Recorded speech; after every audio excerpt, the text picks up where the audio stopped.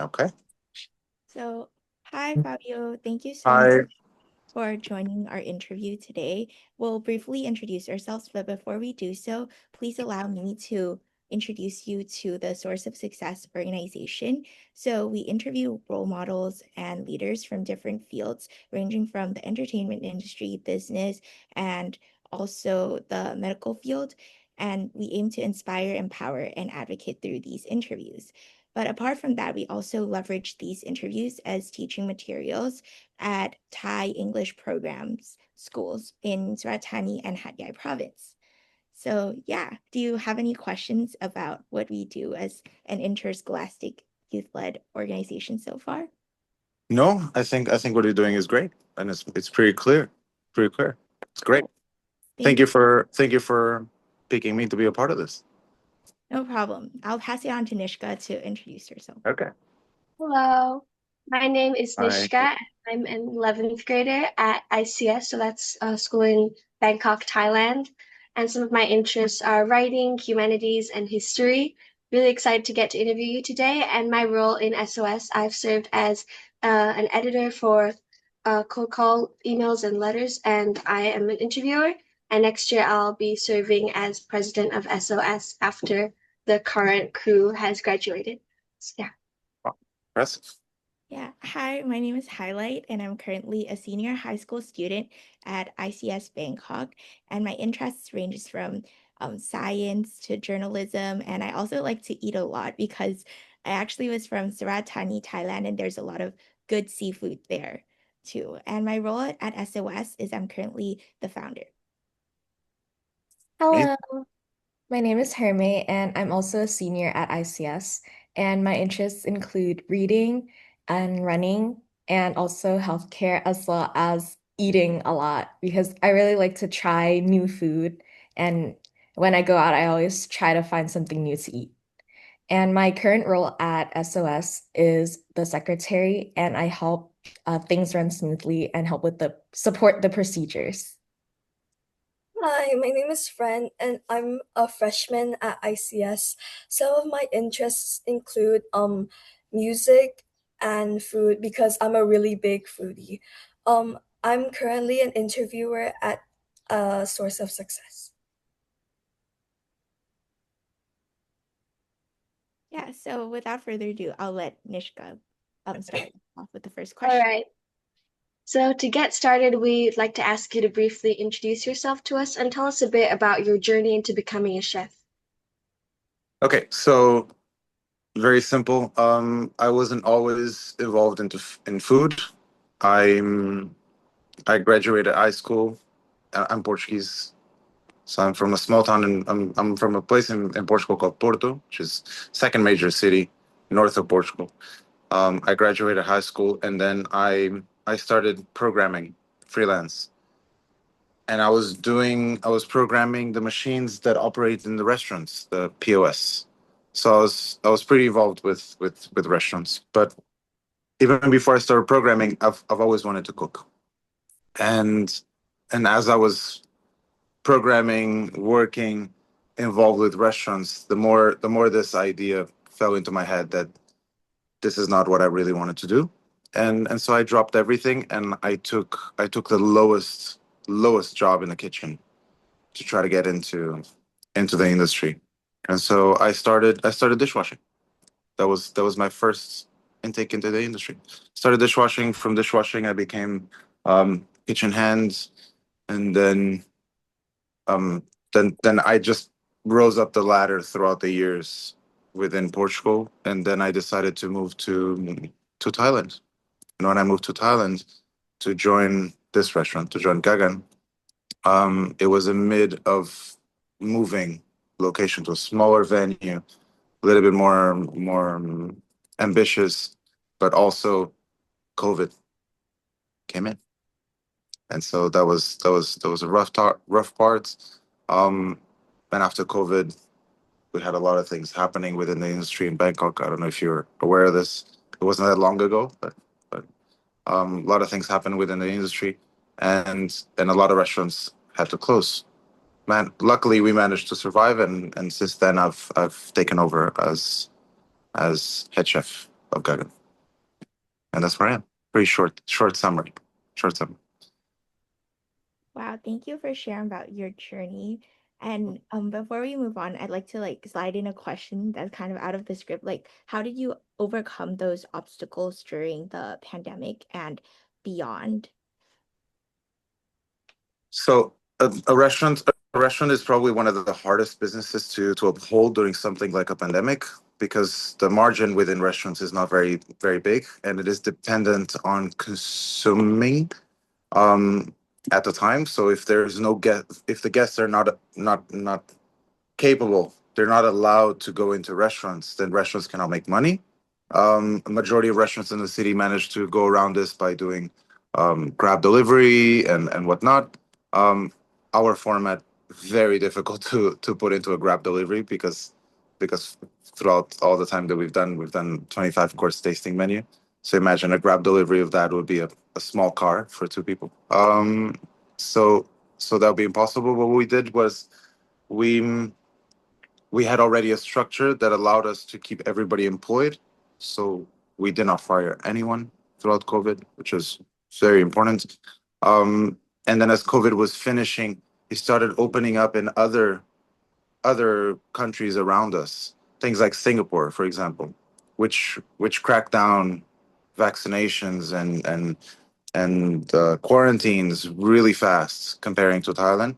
So we got an opportunity to go there for 10 months and make a residency. So we built the restaurant that we have here in Bangkok in Singapore for 10 months. And that allowed us to pay salaries until everything opened up. And when everything opened up, we're back on business and busy as ever. Whoa, that sounds incredible. And now that you've mentioned Singapore, and I'm sure Gagan also has branches in other countries, could you maybe tell us about how your experiences working in different countries shaped your cooking style? Yes. So not only within countries, not only changing from country to country, every kitchen works slightly different. There's obviously a model of how majority of kitchens work, the standardized way, but there's little nuances with every kitchen, and it is even more apparent if you cross cultures.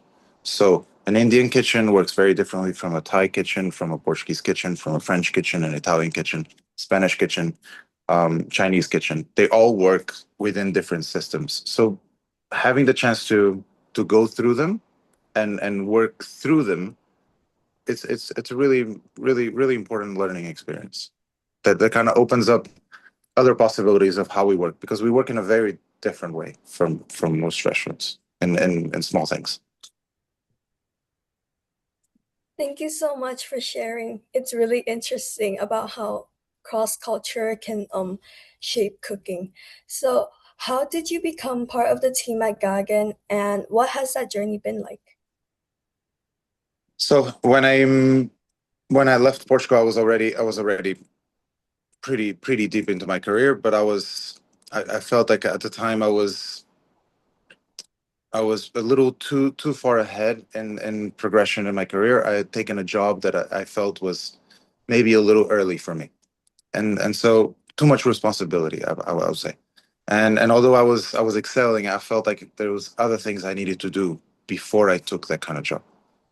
And so I felt like I needed to travel a little bit more. So I planned out 2 months to be in Bangkok working at Gagan, and then 2 months to go to Copenhagen to a restaurant called Relay.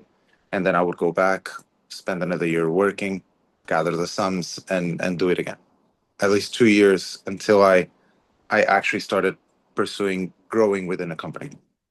But then when I got to Bangkok, not only Bangkok, but especially the restaurant, Gagan, was working in such an interesting way. And I felt that there was such a mix of cultures working in the restaurant.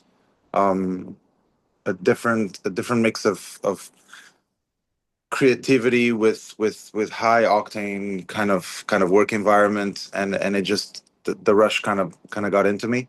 And Gagan offered me a job on my second week of the 2 months that I was meant to be here. And I stayed. I ended up staying. I cooked 5 dishes for him, and he gave me the job at a restaurant that was about to close to open another one. So I was hired already to move into a new location. Yeah, and that's how I got here. That's really cool. So now that you are at Gagan, what's a typical day like for you as head chef? There's no 2 days that are the same. So the restaurant is like a living, it's like a living organism. So there's a lot of things that happen throughout the day. We're a small restaurant, so I am pretty hands on. I cook a big chunk of my day, hopefully. But also dealing with orders and staffing, events, planning ahead, dealing with planning of new menus, of um, designing new plates, designing new dishes. All of this falls into what can be a day in my life. Ah, okay, so like it seems like a little here and there, right? It depends on the day. Yeah, yeah. Sounds great. So there's a lot of room for creativity for sure. So I would like to ask, like, what makes the dining experience at Gagan unique from your perspective? Okay, so as a restaurant, Gagan stands a little away from the rest of the industry. It's not that we're not a restaurant in the sense of the word, but it's very hard to call us to box us into this fine dining box that the world puts us in. Because although we put a lot of effort into the food that we put we make it really serious in terms of the food, but everything else around the experience is very different that you'll find in any other restaurants. Because we feel that there's always room for it to exist, a restaurant that is a little bit more disruptive. Okay, so where rules do not apply. So the majority of restaurants, fine dining restaurants, will have this formality, this some restaurants might strike to have a balance between being slightly casual and warming, but still within the formal framework of the technique that is involved with serving the guests. We kind of shun a little bit away from that, so we completely destroy the over formality in the restaurant, where we deal with the guests as equals, not as if we're doing a TED talk every time we explain a dish, but more like a conversation of totally unplanned, unscripted, of what we do throughout the day and why we do it, and some of the ways that we go through the meal become more like an event, less like a just a meal. You know what I mean? It's about making a memory and an occasion about around the meal, around the menu. So the menu is really structured. The menu is really consistent. The menu is we're really serious about it. We spend 12 hours in the restaurants, 12 to 14 hours in the restaurants preparing for the menu that we serve over 2 hours. But everything during the menu is incredibly fun and light for the guests, and that's what defines the Gagan experience. It's meant to be. We're not trying to be the restaurant that you go every week or every month or every 2 months or every 3 months. We're the kind of restaurant that you go once a year, once every 2 years, and we're totally okay with that because it is very overwhelming. That's it. That certainly makes Gagan such a high class restaurant. And now that you're working in like such a workplace, we would like to ask you, and also pertaining to our club name as well, Source of Success, how would you define success? And do you feel that as you're working in this industry and this restaurant, if you've achieved success?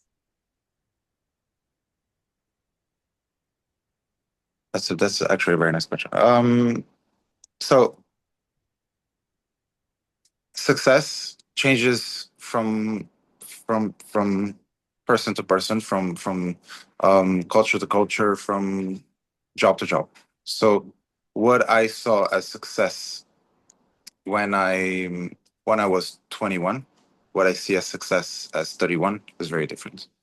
Um, success, I believe success is really putting your vision out there. If you're somebody creative, if you're somebody that strives to create not only food but a concept or anything of the like, starting your own business, entrepreneurship, I feel like people see success not as their business being ultimately ultra successful, but as fulfilling the vision that they see in their minds. Um, as an individual, as a father, I see success more as being able to provide for my daughter, being able to still create the things that I want to create, still build a business that I want to do, but within the framework of being a dad, being able to provide and being able that my daughter grows to be like any of you young ones. Thank you so much for your perspective on success and how it can shift depending on time, people, and job. So, speaking about things related to that, could you possibly share what mindsets or qualities you think are most important for someone who is striving to grow in this industry? Okay, so that is pretty simple. People need to be really, really strong-willed. We work in this industry, independent where you are working in the world of food. You'll have to do heavy hours. You'll have to deal with people. People are very difficult to deal with in every step of life, from guests to coworkers, managing people. It's always a big skill that you need to develop, independent what you do in the world. Unless you're in a little cubicle for the whole day, not dealing with anyone, dealing only with numbers. This is something that everybody needs to work on.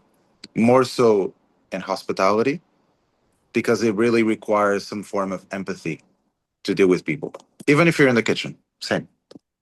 And the other one is you have to be really organized and methodical with everything in life.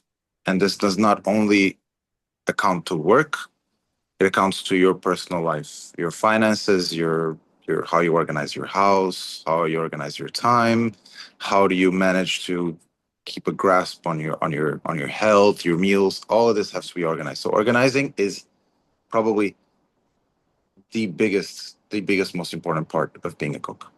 And then the other one is just being passionate. You have to have passion to you need to have this learning mentality throughout your whole life, from 18 to 65. You need to want to learn and taste new things and try new things and be curious. That's it. That's what I would say. So people skills, very important. Organization, very, very important. And definitely this part of being incredibly passionate about what you do, because it is long hours. It is very stressful dealing with people that you don't really know where they're coming from. Did they have too many chilies for their something for lunch? Are they having a hard time today? Did they had a rough night yesterday? Did something happen in their personal life? How can you grab that and kind of twist it and bring them into what's happening in the restaurant? Thank you for your advice on staying organized and being passionate and also being able to relate to people. That was really insightful. And now I know you've touched on this a little at the beginning when you're talking about the challenge of COVID-19 and how the restaurant had to work to overcome that. Are there any other challenges or failures that have shaped you in your career and as you've been working? And how have you learned from these things? Okay, so I think it's very well known in the world that as humans we learn more from failure than we learn from success. A life of success does not build any character. And the point is, failure is very important. Dealing with failure and how you deal with failure is the really key parts on how to manage it. So just realizing that there's only so much in the world that any person can control, even within what they do, and how to approach failure, how to face it headstrong and not shy away from it and embrace it. Yeah, I think that's what I've learned throughout the years. What experience in any field brings is not the technical ability to do one, or another thing is how you deal with failure. Yeah, how you deal with failure. How headstrong, how strong mentally you have to be to deal with failure when it does happen, and learn from it so it doesn't happen again. Wow, your advice on dealing with failure is like profoundly impactful because I've heard that like failure, like failing stands for like finding another important lesson in life. And I think that really relates to what you just mentioned. So Like speaking of that. life advice and failing, what advice would you give to young people who aspire to follow your path? Plan ahead.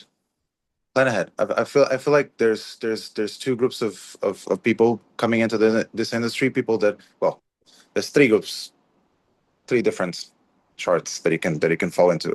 One is people that fall into this industry because they're incredibly passionate about the work, and the other, which doesn't happen as much in this day and age, is people that fall into this industry because they feel like it's their only option.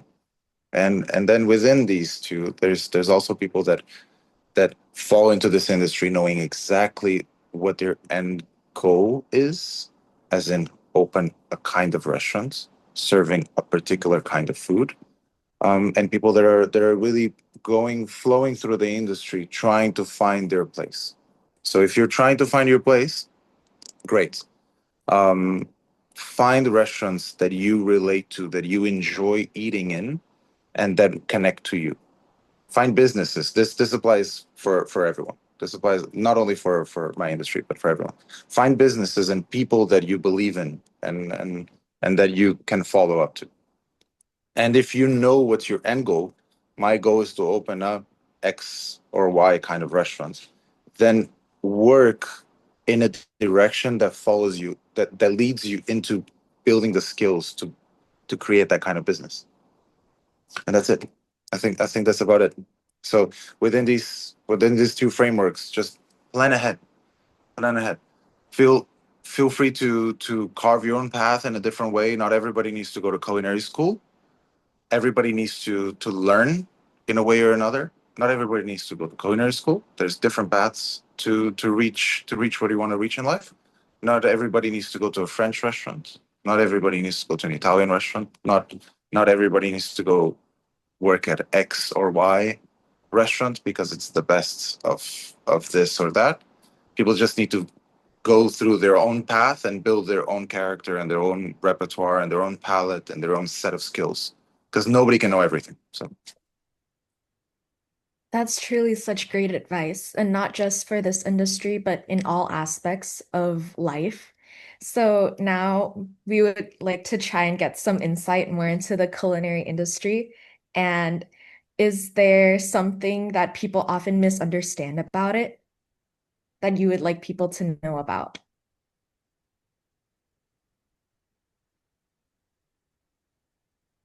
okay, so yeah, I think it falls into what I was just saying. Um, people people really see restaurant cooking and home cooking as two very similar similar things. They're not. They're not. The restaurant cooking, especially in bigger venues, falls more into the line of actual craftsmanship and industry sense of it. Cooking at home is really simple. It can be really simple, but it can also be pretty intricate. But cooking in a restaurant, the majority of restaurants like Gagan spend the majority of their effort preparing for the meal. The part of the meal becomes probably the simplest part of the day, where things are falling into place, and cooking becomes probably the easiest part of a cook's life is cooking. The bureaucracy, the planning, really really overshadows that every now and then. But there's a lot more to cooking in a cook's life. That's what I mean. There's a lot more to cooking. There's a lot more skills that need to be built outside of the kitchen, and I think that is something that people do not realize about working in this industry. Yeah, that there's more to cooking than cooking. Yeah.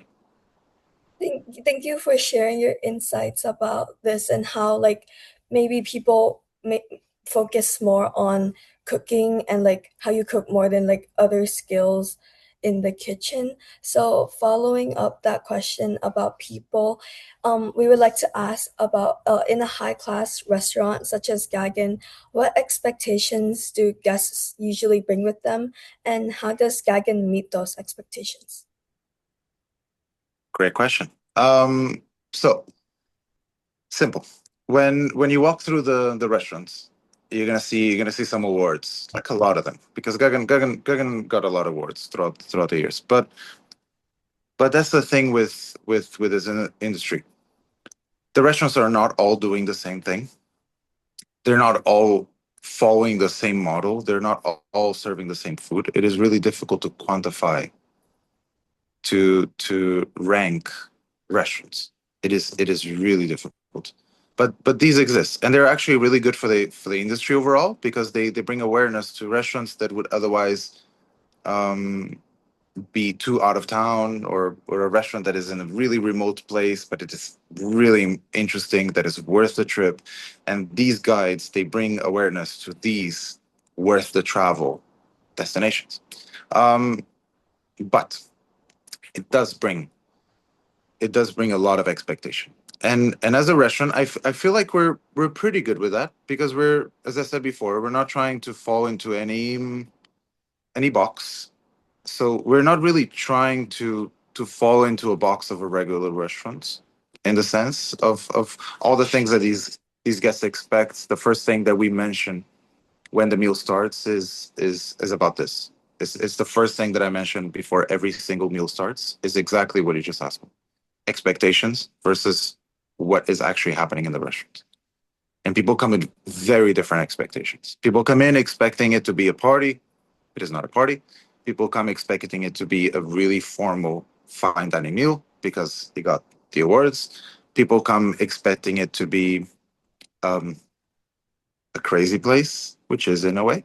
Um, but but the thing is, we're not trying to fall into any box. We're not trying to meet any expectations. We're trying to do something that we are happy with, and that we really want to do. The restaurant is a really personal.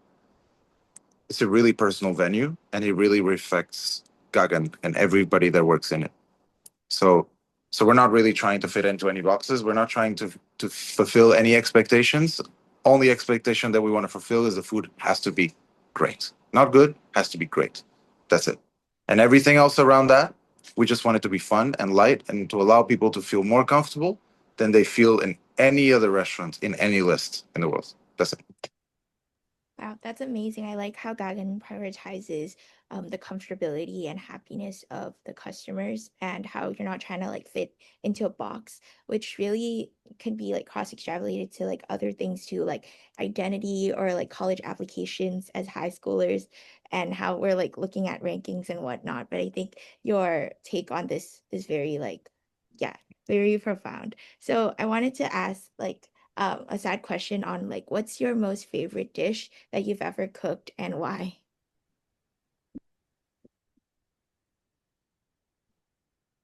My most favorite dish that I've ever cooked. That's rough, huh?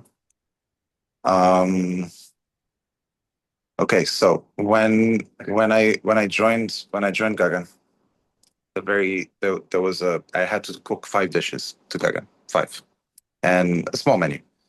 And the second dish was something that I didn't necessarily grew up with, but it is something very Portuguese. But it's something that I found later in life in Portugal, which is this. I think they do it in Chamay also, which is this technique of cooking a pig's head, boiling down a pig's head, removing all the meat, all the cartilage, all the skin, everything, and building it into like a terrine of sorts. And then this is how it's enjoyed throughout Portugal. But then, as I was working in Portugal, one time we cooked it, we seared it really heavily, and it has all this absurd amount of collagen and fat that makes it sear in a really, really interesting way. So, but it is very rich. So I served that as my second dish to Gagan in my trial, and he gave me the job. he had a dish out of the five. Like he had the first, the second. On the second, he stood up, he shook my hand, he said, "You have the job," and I want this dish on my menu. So on the first menu in this location, I did a version of that paired with Numbrick, and it was really good, and it's probably one of my favorites. One of my favorites here. Yeah, yeah. But my favorite dish that I've ever cooked in my life is very simple food. Very simple food. It's seafood rice, but I cook it back home in Portugal with Portuguese seafood. It's like a caldo hang kind of thing. Yeah, yeah. But all seafood. Oh, that sounds so cool. And I really want to try out some of those dishes that you mentioned now because I'm also a really big seafood fan because I came from like the south of Thailand and it's really popular there. Yeah. And one question that I would like to ask you is, do you have any role models that you take inspiration from?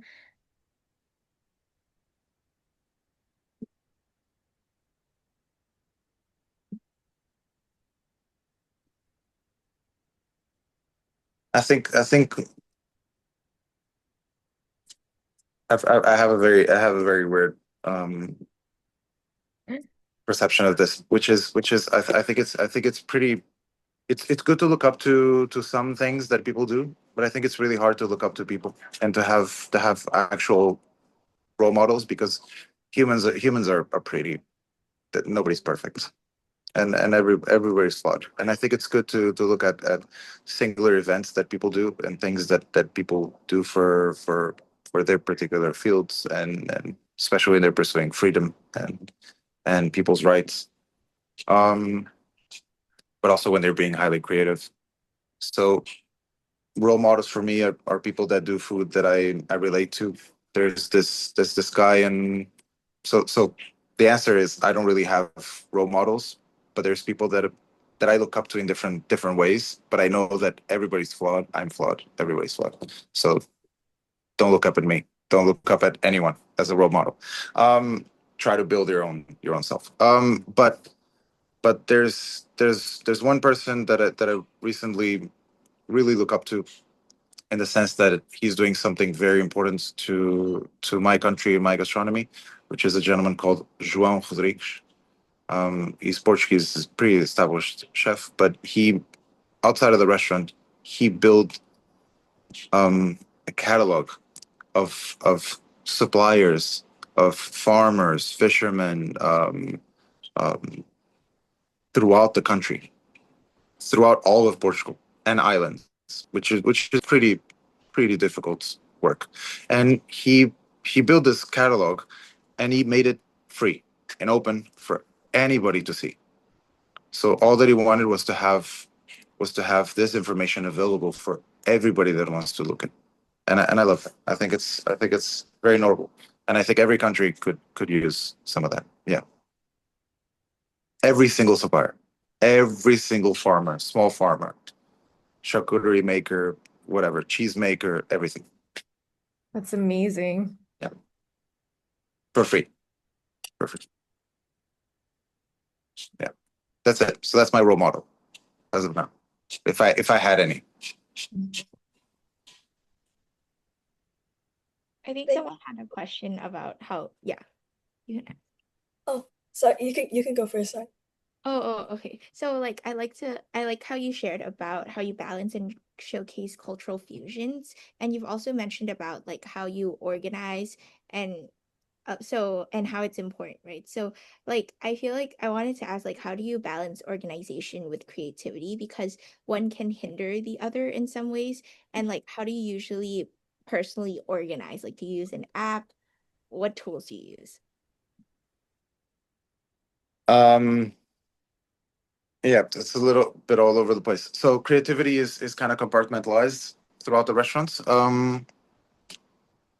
So what happens in terms of creativity is one of us will have an idea of a dish. Generally Gagan actually. Gagan is without a doubt the most creative person in the company. Because he doesn't need to worry so much about the organization part, which falls in line exactly with what you said. Because it doesn't need to worry about being so organized. His mind is full on into creativity.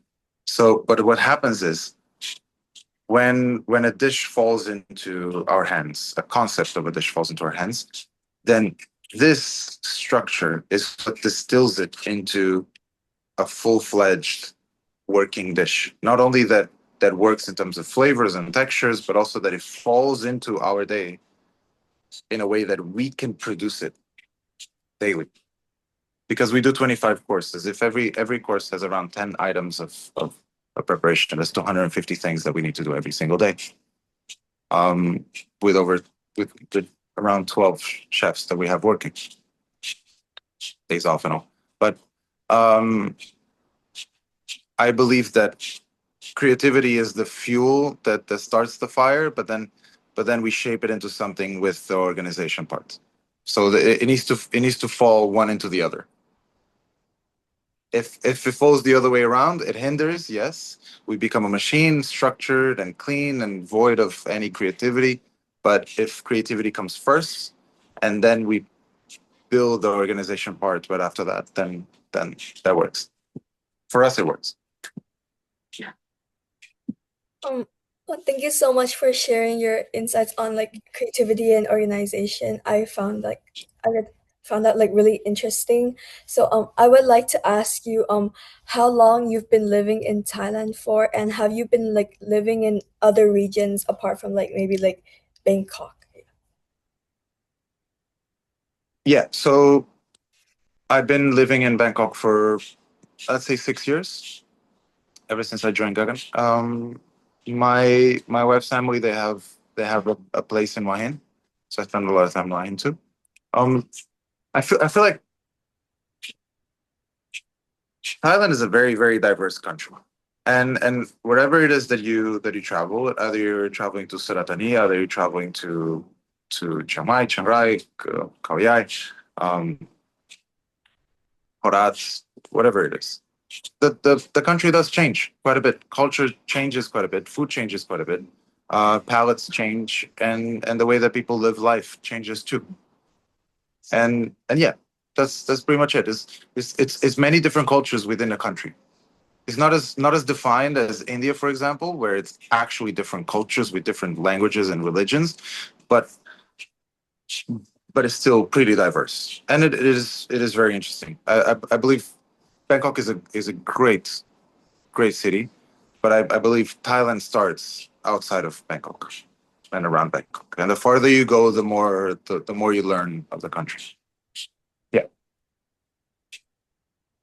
Thank you for sharing with us about the differences between food in Bangkok and also in other parts of Thailand and how that's really unique.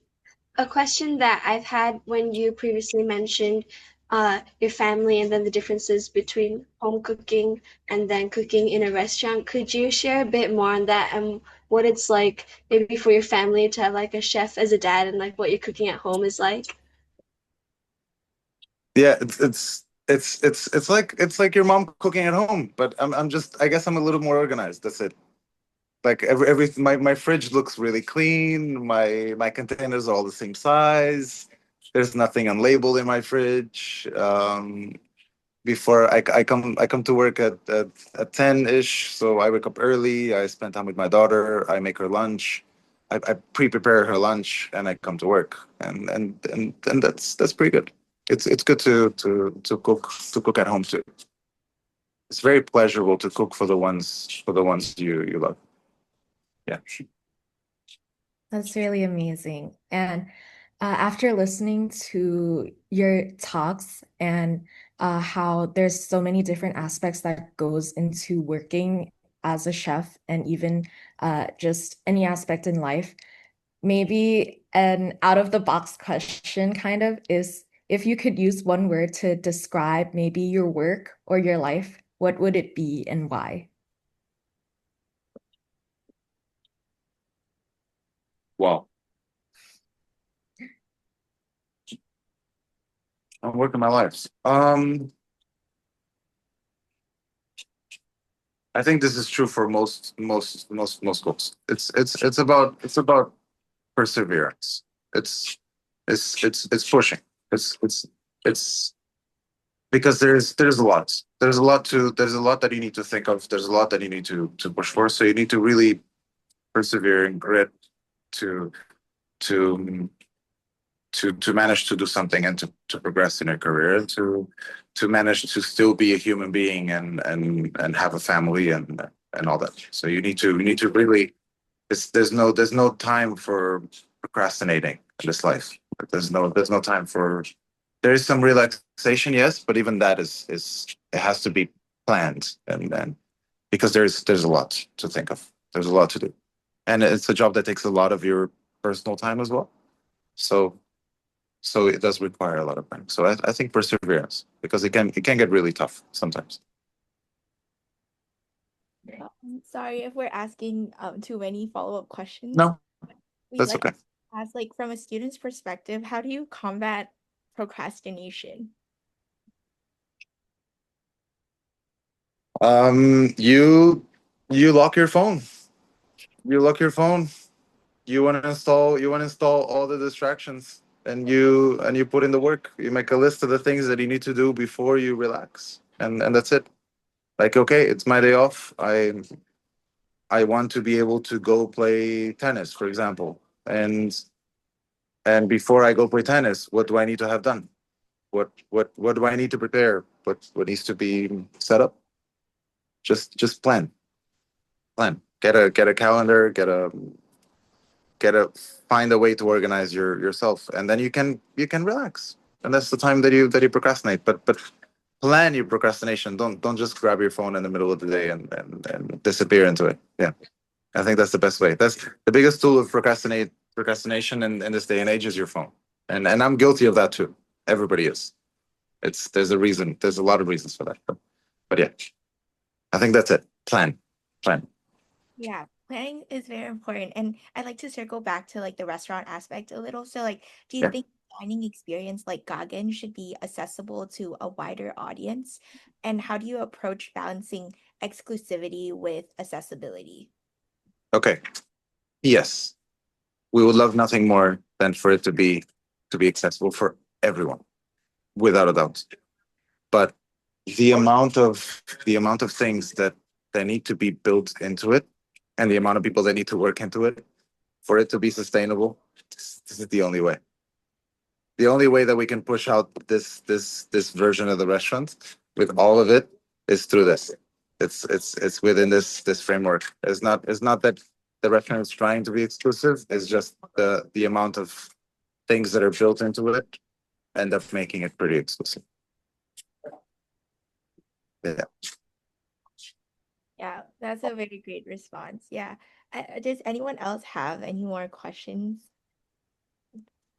Oh, could I possibly ask, like, what do you think is the main ingredient of a dish, or like, what do you think is the most like um essential like ingredient?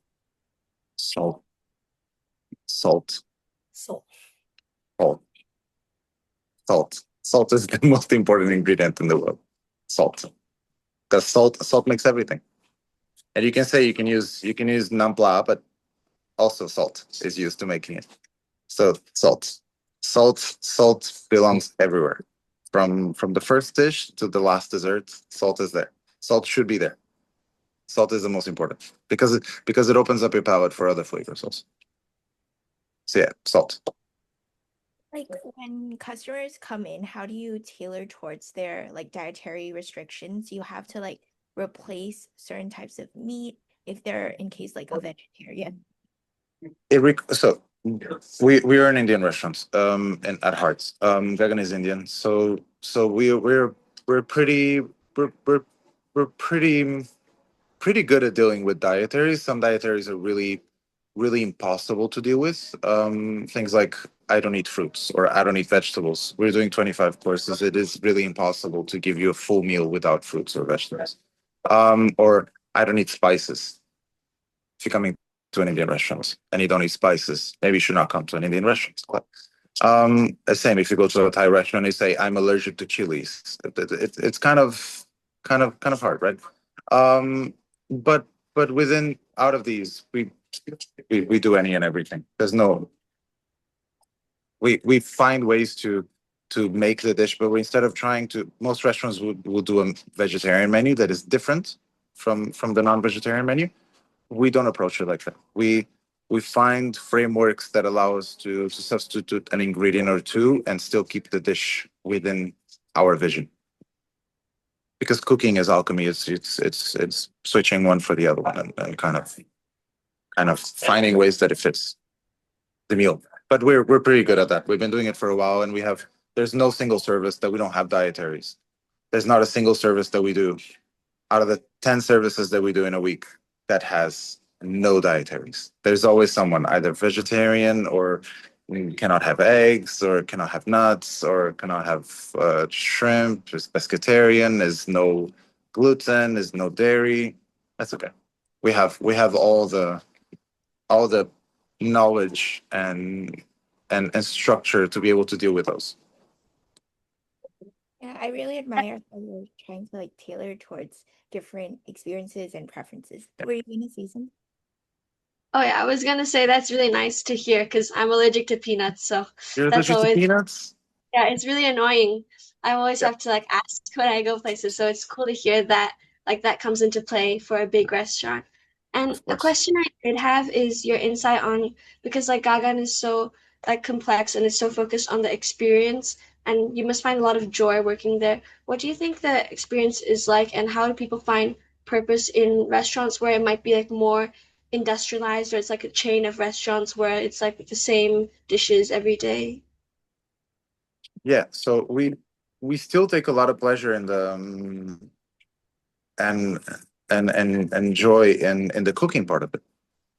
And so I feel like that's a very big distinction because we do have a lot of fun throughout the service, and but there's still a lot of pressure. There's still a lot of work to do, and so we have a lot of fun, but we're still a restaurant at heart, and it's still pretty. I don't say industrialized, but it's still pretty rough throughout the day to get over, just like any other restaurants. So the difference between us and any other restaurant, I believe, is the service part and the experience for the guests. And because we have that part of the day that we enjoy ourselves so much, it makes the rest of the day a little bit more enjoyable too. Yeah. And we're a small team. We have a really good kitchen culture, actually. We're all really good friends. We all spend a lot of time together outside of work, which is not common in this industry. Um, and yeah, that's it. We Yeah. listen to a lot of loud music together too. Oh, okay. I think like music really unites people together too, and Yeah. it sounds like it's a very communal experience overall. So like how many branches does Gagan have, and how do you maintain like a streamlined standard, particularly service and mindset wise? All the restaurants work in different ways. The connecting thread is Gagan, and so he'll have a note here and there. But we don't have that many restaurants. We have in Bangkok four and one in Fukuoka in Japan. So the one in Japan is a joint venture between him and his best friend, Go. And and in Bangkok we have Gagan at Louis Vuitton, which is a little bit more accessible than Gagan and more within what a fine dining restaurant is. So just to what a normal restaurant is. Little table in the corner, enjoy your meal and all that. And then we have Miss Mary, Mrs. Singh, which is our most approachable concept, soft concept, I believe. And we have Ethan with Chef Charlie, which is an incredible restaurant. But Charlie does more of the food there, which is really delicious. Oh, so are you based at a particular branch, or do you like hop to different? I'm the head chef of Gagan. So I spend the majority of my time in Gagan. I will help out other venues if necessary, of course, but my I have my hands full with Gagan restaurants. Now that As you head, mentioned, oh, sorry. oh, it's okay. You can go ahead.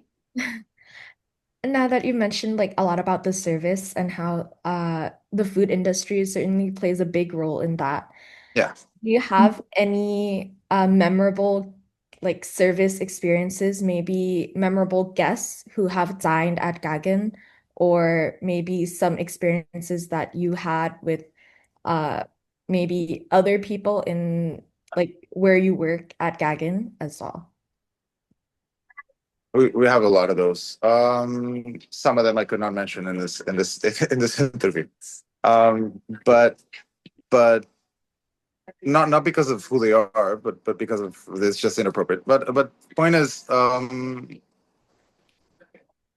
the way that we do service, I feel, brings out this notion that people can be themselves in the restaurants. They don't need to sit tightly and just try not to be loud or try not to be anything.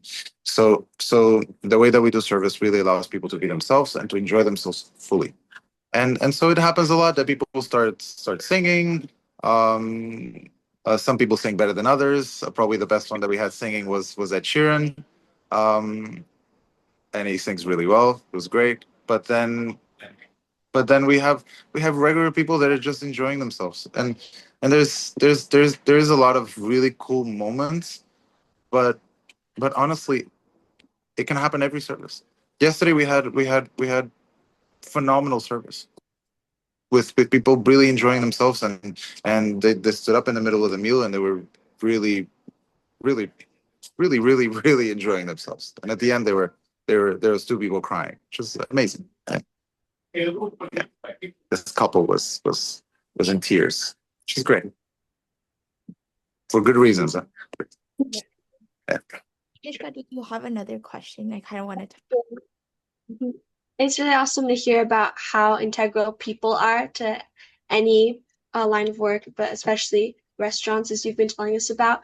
And speaking of people, you've talked a bit about the people who are coming to the restaurant to have the Yeah. food. I was going to ask about the team because you previously mentioned this really great work culture. Are there ways that, as head chef, you can help to nurture that and build community? It falls into how we work. Most restaurants will have their dishes assigned to people, so each person will do a dish and every single element of it. We don't necessarily work like that. We split the preparation of one dish between multiple people, so they're forced to work together to make the one dish. And during service, the ways that we work also fall in line with each other. So cooperation is a very big important part of our day and of our service. And this cooperation kind of forces people to work together. It makes people work together and then after a while this companionship, this cooperation really builds into the sense of community within the restaurant. It's that, and it's just listening to people, being available as a leader, being available to listen to issues, being understanding, empathetic, within being a leader. Yeah, I think that's it. Yeah, I believe that the camaraderie that you're like cultivating within Gagan is very admirable, and the Okay. process, the working process that you just described, reminds me of the game Family Style that I was just playing with Herme, where like you have to cooperate with one another to pass on certain ingredients Yeah. and they're together. Yeah, and I'd like to like follow up a little on the music aspect that you mentioned. Yeah. So music is a key part of the Gagan experience and in like cultivating that community. How do you choose what to play and how does it shape the atmosphere? Is there like a music preference? How it shapes the atmosphere. It 100% is a very big part of what we do. Because the sound system is the biggest investment in the restaurant, Oh, actually. Yeah.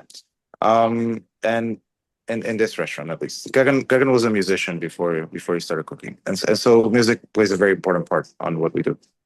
But the point is this: um, some dishes I have a couple songs I can play with that will match the dish and they'll make sense for the dish. So they'll round up what I'm saying about the dish with the song. Um, some songs I play because they're universally loved, and some songs I play because they fit the crowd. Maybe they only fit two or three people in the crowd, but as if those two or three people are enjoying that one moment, and then I give the same opportunity to other two or three, to enjoy themselves, and they'll feel more comfortable because of it. They feel the sense of belonging in the restaurant.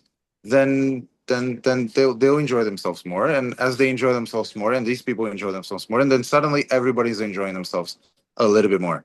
So music is very powerful because music is a part of everybody's life, and I'm really into music. So it is a way to kind of change moods and to get people into a more relaxed state or a more hyper sensitive state and all that. Yeah. Do you have like a specific genre or a specific example that you could share? Disco. Disco gets everybody, and even in their chairs, everybody's moving a little bit. Independent, how old are you? Disco gets everybody moving. Disco gets everybody moving. Rock, like really heavy rock, makes people uncomfortable, which is necessary at times. I say whenever we want people to relax a little bit more, I play a little bit of Japanese city pop also, which is really good. It's nice, upbeat. It gets people on. But yeah, so we play more not older stuff, but we don't play a lot of too recent hits because they're everywhere. And so last thing that you want to do is go to dinner and listen to pop music. You know what I mean? That we leave that for every other restaurant. We leave that for every other restaurant, every bar in Tonglor. We're okay with that. Let them play it. But we play other stuff, which is cool. And people can recognize, but also people can be like, oh wow, what is this? And it's good. It's good to have a mix of both. Got to be creative with a playlist too. Are you always the one who chooses the music? No, actually no. I if Kagan is in the room, he'll pick the music, and I honestly I will stay away from it. But for the most part, between all of us, we kind of go through it and we suggest and we add songs, and it's pretty organic. So everybody's involved. That's cool. Oh, Yeah. so you improvise the playlist throughout the event, right? So Yes. wow. So imagine we have a structure. We have around 15 songs that I can play without having to put too much thought into it, and then we'll keep adding throughout the service. We finished the meal with around 50 songs. Whoa. We don't play all of them. We don't play all of them, but we keep adding and we keep like trying to realize what we want to do. Do you also play music while you cook in the Yeah, kitchen? yeah. Is it The whole also thing. hip hop and disco? Not a lot of hip hop, but yes, but yes, disco, some alternative, um, some salsa, some samba, some funk. Yeah, a lot of cool stuff. Do you think the music that you turn on in the kitchen alters the taste of the meal? There's a couple research for that, but it is believed that yes, it does change. It doesn't. It really puts your mind into a different state that perceives things a little bit differently. But I really don't. We don't put thought into that part. We allow the food to taste good on its own, and then the music is there to kind of allow people to relax and to put them in a different state of mind. Not to make, not to direct with the food. But there was a research that I saw before that it does affect. Music affects how you perceive a lot of things. Taste being one of them. Mhm. Any more questions, or are you guys good? I really enjoy this conversation so far. Cool. And It was fun. It was fun. That's awesome. yeah, okay. So thank you so much, Fabio. Thank you. Welcome back. Thank you so much. Thank you. Genuine. And I hope that we can go eat at your restaurant I someday. hope so. I hope to see you all here, Yeah, hopefully. even if upstairs. Oh, amazing. Okay. Please kindly allow us to tag you on your Instagram handle if possible. Sure. Uh, we'll I'll keep send it to you. Yeah, we'll keep you posted when this interview. Okay. Thank you.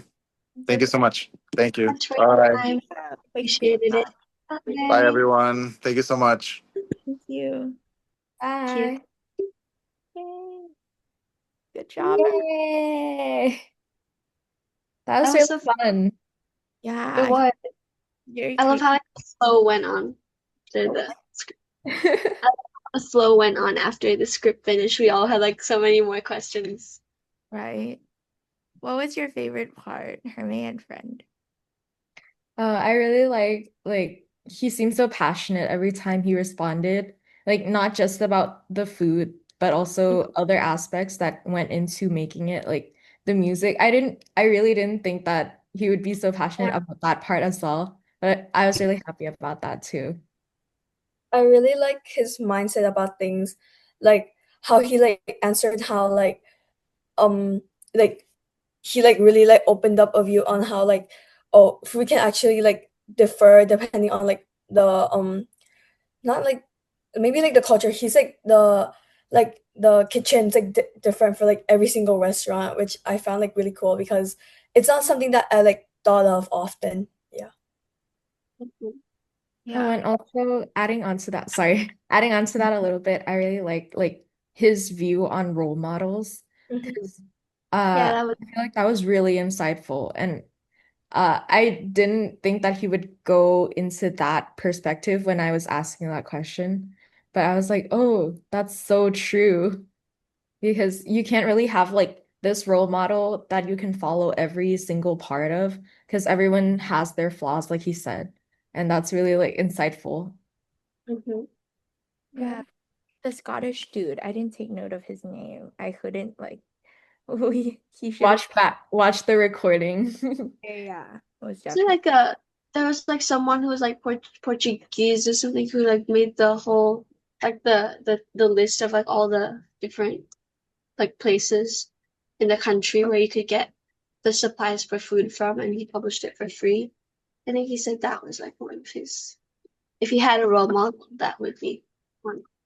Yeah, and the dish he mentioned about like the collagen in the pig's head, right? Yeah, it's something pig's head, seared pig's head, something.